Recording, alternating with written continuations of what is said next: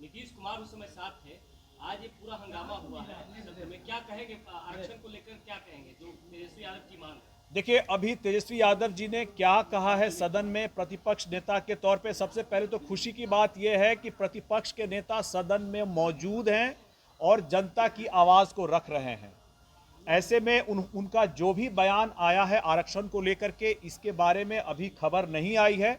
उसकी मैं पूरी जानकारी लेने के बाद मैं अपनी प्रतिक्रिया आपको दे पाऊंगा। आनंद मोहन ने चिराग पासवान से सवाल उठाया है। आनंद मोहन एनडीए के नेता हैं।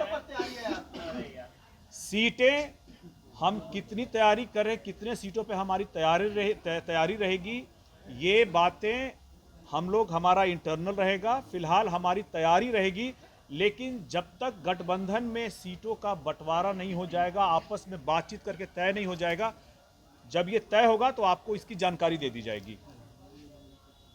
आनंद मोहन ने सवाल उठाया चिराग पासवान पर। नहीं, आनंद मोहन जी होते कौन है सवाल उठाने वाली? न वो किसी दल में हैं, न गठबंधन के दल में हैं। ऐसे लोगों के सवालों का जवाब हम लोग नहीं देंगे। मेरे ख्याल से प्रवक्ता हमारे राजीव सौरभ सिंह जी ने जवाब दे दिया है। इसके आगे हम लोग को कुछ नहीं कहना है। सवाल उन्होंने उठाया है। कोई गंभीर सवाल नहीं है। गंभीर सवाल क्या है इसमें? न वो दल के हैं। एक हर आदमी जो एक सवाल करेगा हमारे राष्ट्रीय अध्यक्ष पे, उसका जवाब देना हमारी तरफ से जरूरी नहीं, औचित्य नहीं बनता उसका। ऐसा कहा क्यों? मुझे नहीं पता क्यों कहा है, वो उन्हीं से आप जाके पूछेगा। इस पे हमारी तरफ से प्रतिक्रिया आपको दे दी गई है। अरुण जी, परिवारवाद पे हमेशा से सवाल खड़ा होता रहा है तेजस्वी यादव पे या कांग्रेस पे, लेकिन आप भी जो है वही काम कर रहे हैं, चुनाव प्रभारी आप बन गए। क्या लोजपा रामविलास में और कोई नेता नहीं था जिनको चुनाव प्रभारी बनाया जाए, उसी पदों पर रखा जाए? आपका सवाल बिल्कुल सही है और सटीक है। चुनाव प्रभारी उन्हीं को बनना चाहिए जो पूर्व में अपने कार्यकलाप से, अपने परफॉर्मेंस से, अपनी रणनीति से, पार्टी के अध्यक्ष द्वारा तय की गई नीतियों के हिसाब से काम करके रिजल्ट देने का काम किया हो। हमारी पार्टी में जब मुझे झारखंड का प्रभारी बनाया गया था, उसके बाद से जो रणनीतियां, पार्टी की नीतियां, कैसे कार्यक्रम लगेंगे, और इन सब विषयों पे हम लोगों ने झारखंड में जो डिफ़िकल्ट, टफ, कठिन चुनाव था, उसमें भी अगर हम लोगों ने अच्छे मार्जिन से जीत हासिल की, यानी कि इस चीज़ की काबिलियत और योग्यता हम में थी। और इसीलिए चिराग पासवान जी ने बिहार चुनाव 2025 के लिए भी हमारी ही टीम को इसका प्रभार दिया है। परिवार का होना एक आपके लिए एक एडवांटेज हो सकता है, दरवाज़ा खुल सकता है, दरवाज़ा खुल सकता है, लेकिन आपको अपनी योग्यता अपने रिजल्ट से साबित करनी पड़ती है, जो हम लोगों ने झारखंड में साबित किया है। आप अब जेपीसी पे मैं आपको बता दूं, जेपीसी पे भी उन्होंने मुझे इसलिए भेजा क्योंकि हमारे जितने भी हमारे हम लोग मुश्किल से 4 सांसद हैं जो हर कमेटी में जा सकते हैं। हमारे बाकी 3 सांसदों को अलग अलग कमेटी में पहले से ही प्रभार मिल गया था, इसीलिए उन्होंने मुझे भेजा। और इसका फ़ायदा भी ये हुआ कि हम लोग वक्फ का जो बिल है, इसके बृहद जो विस्तृत चर्चा हुई है, उसको हम लोगों ने अच्छी तरह से पढ़ा है, समझा है, जाना है। चूँकि मैं कमेटी में हूँ, मैं इसके डेलिब्रेशंस के बारे में आपको मैं विस्तार में नहीं बता सकता हूं, क्योंकि कॉन्फिडेंशियल होती है, गोपनीय होती है। जब रिपोर्ट आएगी और पार्टी का पक्ष इस बाबत अगर जो कमेटी में रखना होगा और लोकसभा में रखना होगा, जब मैं रखूंगा तो आपको भी इसकी जानकारी हो जाएगी। साथियों, झारखंड के विधानसभा चुनाव में जो हमारी पार्टी लोक जनशक्ति पार्टी रामविलास को एनडीए गठबंधन में एक सीट लड़ने की जिम्मेदारी मिली थी, एक प्रभारी के तौर पे इस कठिन परिस्थिति में भी हम लोग उस सीट को एक बड़े अच्छे मार्जिन से जीत करके आए हैं।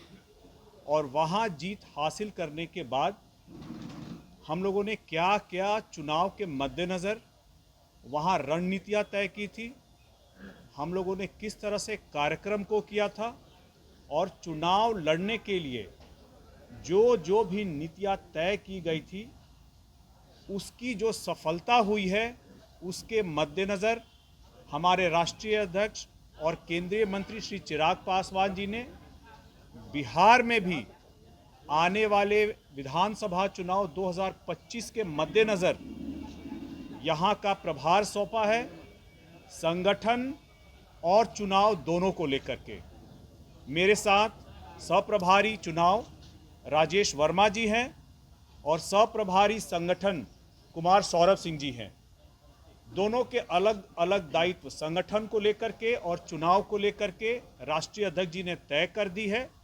अब आने वाले समय में हम लोग जो भी बिहार विधानसभा चुनाव के मद्देनज़र हर जिले में प्रवास करेंगे और हर प्रवास के दौरान हर जिले इकाई उनके प्रकोष्ठ की समीक्षा होगी और जहां जो भी त्रुटियां होंगी, कमी होगी, उसको पूरा करने की जिम्मेदारी पूरी हमारी टीम की होगी और खास करके कुमार सौरभ सिंह जी की होगी।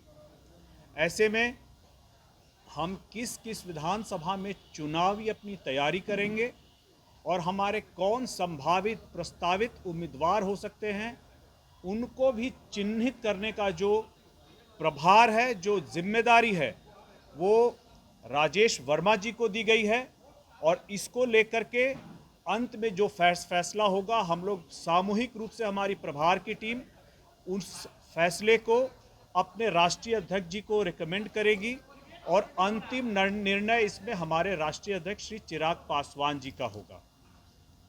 इस यहाँ की चुनाव को लेकर के हमारी बैठकें शुरू हो गई हैं, तैयारियां शुरू हो गई है।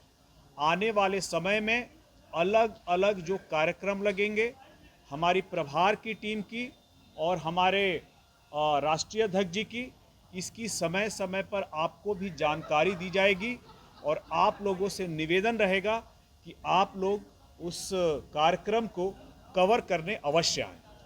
अब आप लोगों के जो सवाल हैं आप मुझसे पूछ सकते हैं। गया में जश्न के दौरान जो विवाद हुआ, कौन जिम्मेवार? देखिए, आप सही कह रहे हैं। अभी गया में जो घटना हुई है, जंगल राज के जो नए सामंतवाद लोग हैं, उन्होंने एक दलित परिवार को एक महज गाना बजाने के चक्कर में उन्होंने न सिर्फ उनकी पिटाई की बल्कि घर में घुस करके अच्छी तरह से हाथापाई की है। अभी सभी लोग उपचार में हैं। हमारी पार्टी से संजय पासवान जी जो हमारे प्रधान महासचिव हैं, उनके नेतृत्व में एक कमेटी गई हुई है इस घटना की संज्ञान लेने के लिए और इसके बाद उन सभी लोगों से मिल करके बात करके जो वो रिपोर्ट सौंपेंगे, उसके बेसिस पे हम लोग चाहेंगे कि तुरंत उस पर कानूनी कार्रवाई हो और जो भी लोग इसके लिए जिम्मेदार हैं उन पे उचित कानूनी कार्रवाई पुलिस करे। इसके लिए हम लोग आज शाम तक जब हमारी टीम आ जाएगी, हम लोग कल से इस पे लग जाएंगे। भारती जी, तेजस्वी यादव ने आरक्षण को लेकर विधानसभा में अभी राष्ट्रीय लोक जनशक्ति पार्टी की तरफ से भी कि माननीय सांसद चिराग पासवान राजनीति के क्षेत्र के आइटम बॉय हैं, उनका कोई लेना देना नहीं है। हाँ, तो क्या करूं बताइए। लगातार इस तरह का बयान आ रहा है, हास्यास्पद बयान है। मतलब उनके इस बयान पे हमारी कोई प्रतिक्रिया नहीं है।